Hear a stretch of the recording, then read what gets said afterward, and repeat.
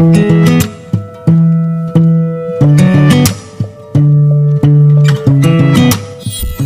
दोस्तों, कैसे हैं आप सब। उम्मीद करते हैं कि एकदम स्वस्थ होंगे और आपको और तरोताज़ा बनाने के लिए आपके समक्ष लेकर प्रस्तुत हुए हम मैथमेटिक्स की एक और वीडियो। पिछली वाली मैथमेटिक्स की वीडियो में हमने क्लास 10 का मैथमेटिक्स और उसका चैप्टर 3 पढ़ा था और उसकी एक्सरसाइज 3.2 के कुछ सवाल भी किए थे। आज हम उसी की यानी कि क्लास 10 की ही मैथमेटिक्स पढ़ेंगे और उसका चैप्टर 3 एक्सरसाइज 3.2 के बचे हुए सवालों को कंप्लीट करेंगे। तो चलिए बिना किसी समय की बर्बादी के शुरू करते हैं आज की क्लास।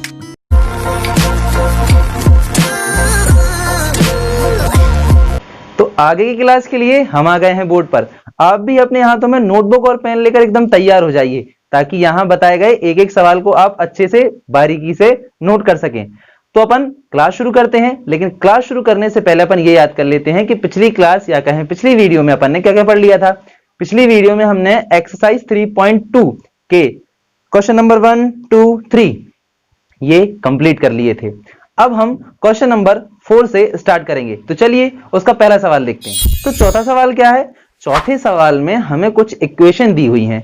उन इक्वेशंस को हमें उनके a1, a2, b1, b2, c1, c2 के रेशियो कंपेयर करके ये बताना है कि वो कंसिस्टेंट हैं या इनकंसिस्टेंट हैं। अच्छा, यहां पर जो डिपेंडेंट फॉर्म आती है, जो लास्ट की हमारी शर्त होती है डिपेंडेंट वाली, जिसमें इनफाइनाइटली मेनी सॉल्यूशन हो जाते हैं, उसको भी कंसिस्टेंट में ही गिना गया है। इसलिए अगर डिपेंडेंट भी आएगा तो उसे अपन कंसिस्टेंट में ही गिनेंगे।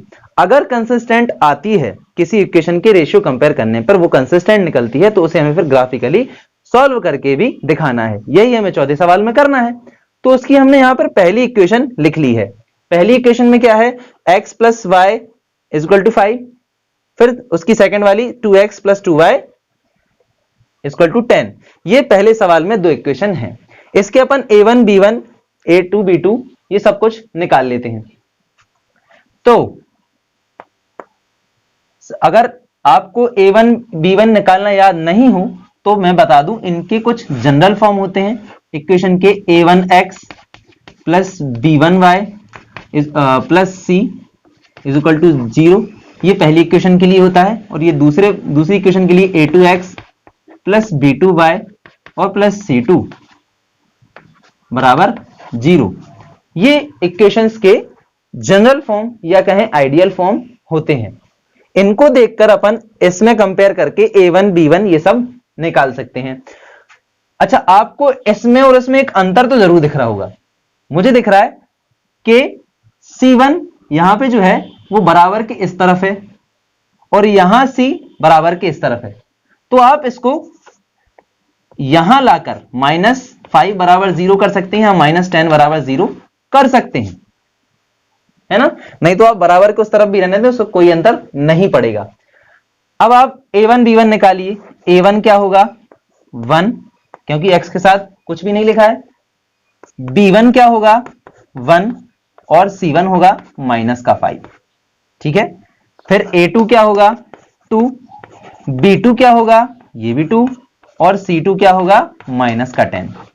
अब अपन के रेशियो कंपेयर करें तो a1 अपॉन a2 इसका रेशियो क्या है? 1/2, है ना।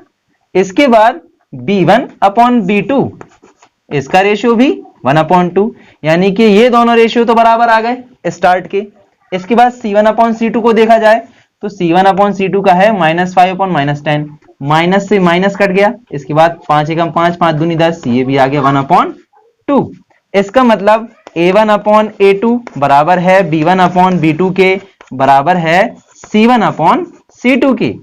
ये सिचुएशन कब होती है? ये सिचुएशन तब होती है जब इक्वेशन के इनफाइनाइटली मेनी सॉल्यूशन हो या कहें अनंततः अनेक हल हो। ऐसी स्थिति में हम इसको क्या बोलते हैं? डिपेंडेंट बोलते हैं। लेकिन अभी जैसा कि मैंने थोड़ी देर पहले बताया कि डिपेंडेंट को यहां हम कंसिस्टेंट में ही गिन रहे हैं, यानी यहां हम लिखेंगे कि ये इक्वेशन कंसिस्टेंट हैं। तो अब इन्हें अपन ग्राफिकली आगे सॉल्व भी करेंगे। तो अब अपन इन इक्वेशन को ग्राफिकली शो और सॉल्व दोनों कर लेते हैं। इसके लिए अपन ने पहली इक्वेशन के लिए डिब्बा बना लिया और दूसरी इक्वेशन के लिए भी डिब्बा बना लिया। अब अपन इनके कोऑर्डिनेट्स निकालते हैं। सबसे पहले अपन एक x की ऐसे ही वैल्यू गैस करेंगे रिलेवेंट वैल्यू, ताकि यहां पे शो हो सके, है ना। तो अगर मैं यहां पे x की वैल्यू 0 रख दूं, है ना, तो ये x यहां से गायब ही हो जाएगा, क्योंकि 0 प्लस होगा y में तो y रह जाएगा, तो y की वैल्यू क्या आ गई 5। इसी तरह से अगर मैं x की वैल्यू 5 रख दूं, तो y, ये x इस तरफ जाएगा और 5 से माइनस हो जाएगा, तो y बराबर क्या बचेगा 0, है ना। ये पहली वाली इक्वेशन के कोऑर्डिनेट्स आ गए। तो अपन इसको बिना देरी के पहले इनको शो कर लेते हैं। पहले कोऑर्डिनेट क्या है 0 और 5, यानी x में हमें कहीं नहीं बढ़ना, x एक्सिस पे कहीं नहीं जाना, 0 पे ही रहना है, ओरिजिन पॉइंट पे ही रहना है। और y में क्या है 5, तो y का 5 कहां है यहां, तो ये आ गया 0 एंड 5। इसको थोड़ा सा हम ऊपर लिखेंगे 0 और 5, ठीक है। इसके बाद 5 0, यानी कि x में हमें 5 तक जाना है, और y कैसा है 0, यानी कि हमें y में कहीं भी ऊपर नहीं बढ़ना है, तो ये हो गया 5 और 0, ठीक है।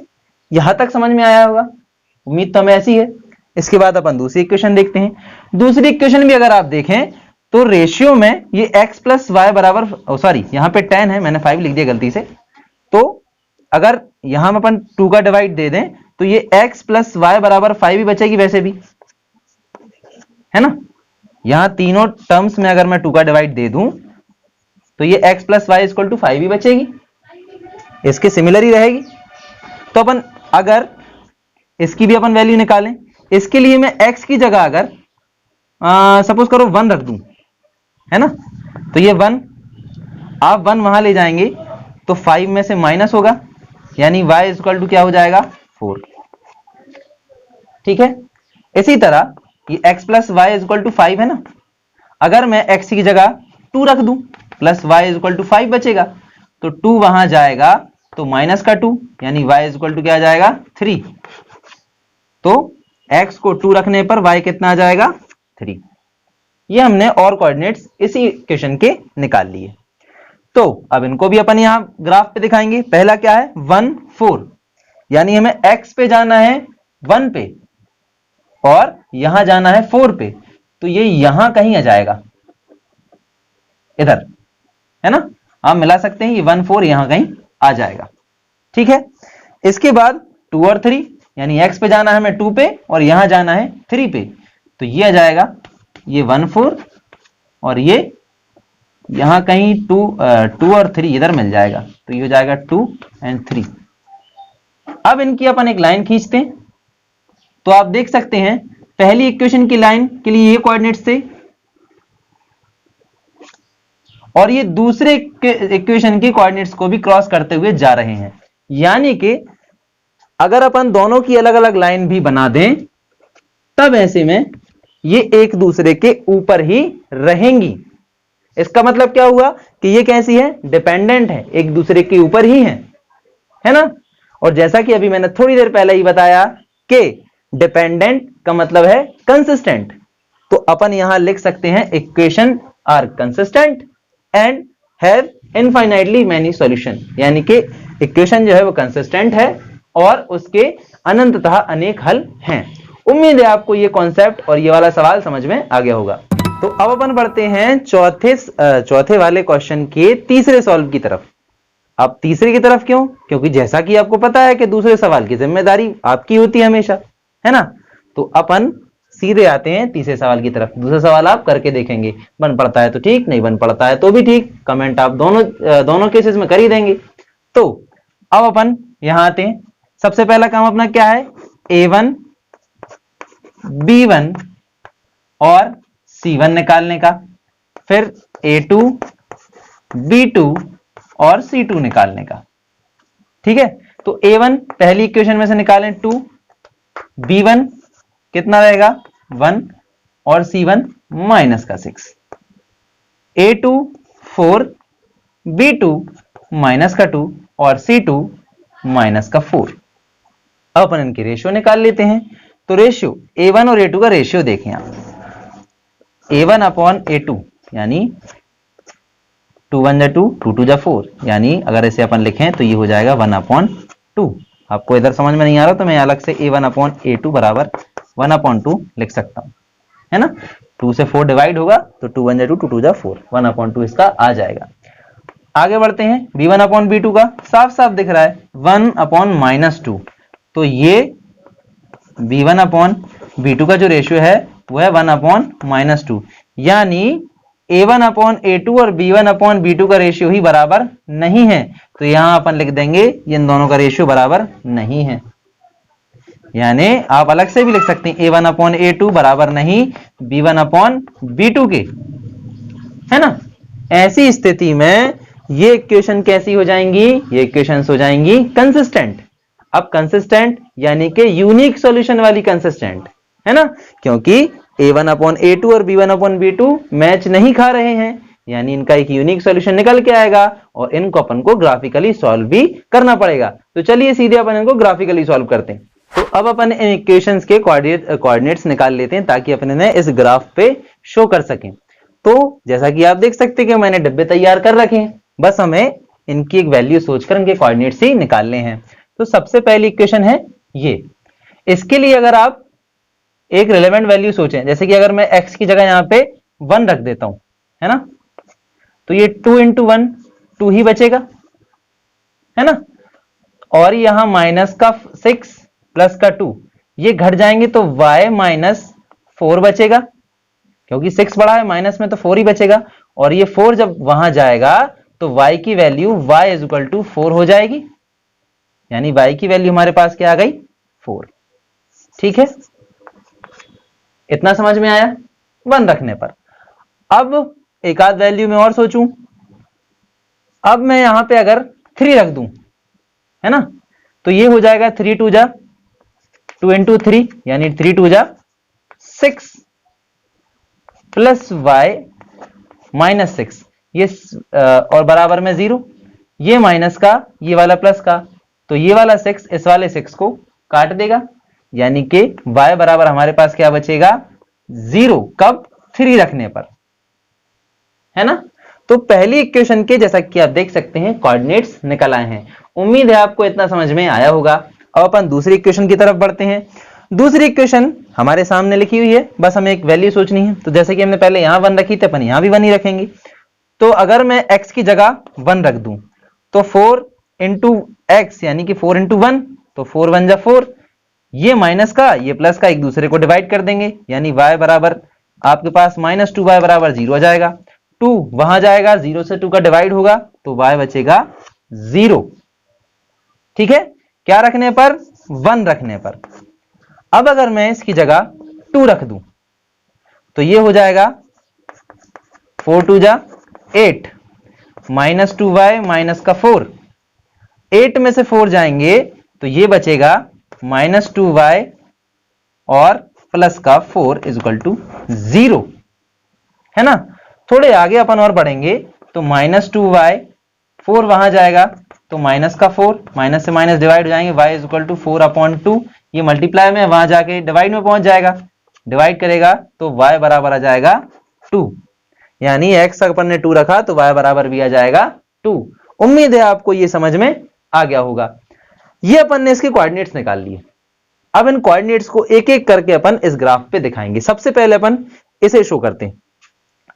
तो x की वैल्यू कितनी है 1, यानी हमें x पे 1 ही रहना है, और y की कितनी है 4, हमें y पे कहां जाना है यहां 4 तक, तो ये पॉइंट लगभग यहीं पे हो जाएगा। ये हो गया 1 4 का पॉइंट, और दूसरी कितनी है 3, यानी यहां जाएंगे हम 3 तक, और y की 0, यानी y पे हमें आगे नहीं बढ़ना, यहीं 0 पे ही रहना है, तो ये हो जाएगी 3 0। अब इसकी हम एक लाइन बना देंगे। ठीक है, ये 3 को इंटरसेक्ट करती हुई चली गई। अब इसके बाद दूसरी इक्वेशन की बारी आती है।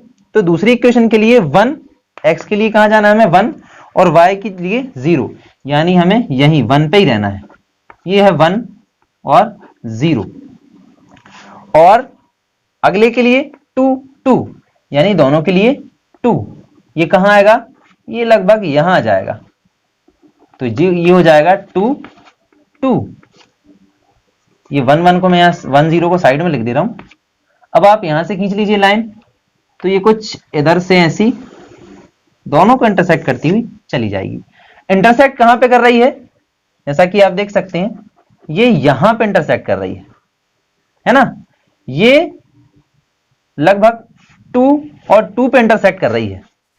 तो जैसा कि आप देख सकते हैं कि ये जो दो लाइनें बनी हैं अलग अलग इक्वेशंस की, ये कहां इंटरसेक्ट कर रही हैं, 2 और 2 पे ही इंटरसेक्ट कर रही हैं। यानी इस हिसाब से x की वैल्यू भी 2 और y की वैल्यू भी 2, क्योंकि x एक्सिस पे भी ये 2 तक ही गई और y एक्सिस पर भी 2 तक ही गई। उम्मीद है आपको ये वाला सॉल्व, इसका ग्राफिकल रिप्रेजेंटेशन और ये इनके आंसर समझ में आ गए होंगे। तो आज की वीडियो के लिए इतना ही। अब इस एक्सरसाइज के बाकी बचे हुए 3 सवाल यानी कि 5th, 6th और 7 अपन अगली वाली वीडियो में कवर करेंगे। तो यदि वीडियो पसंद आई हो और समझ में आ गई हो तो इसे लाइक कर दीजिए, और ज्यादा ही पसंद आ गई हो तो अपने दोस्तों के साथ शेयर कर दीजिए। और ऐसे ही एजुकेशनल कंटेंट के लिए हमारे चैनल द ज्ञान कुंभ को सब्सक्राइब जरूर कर दीजिए। धन्यवाद।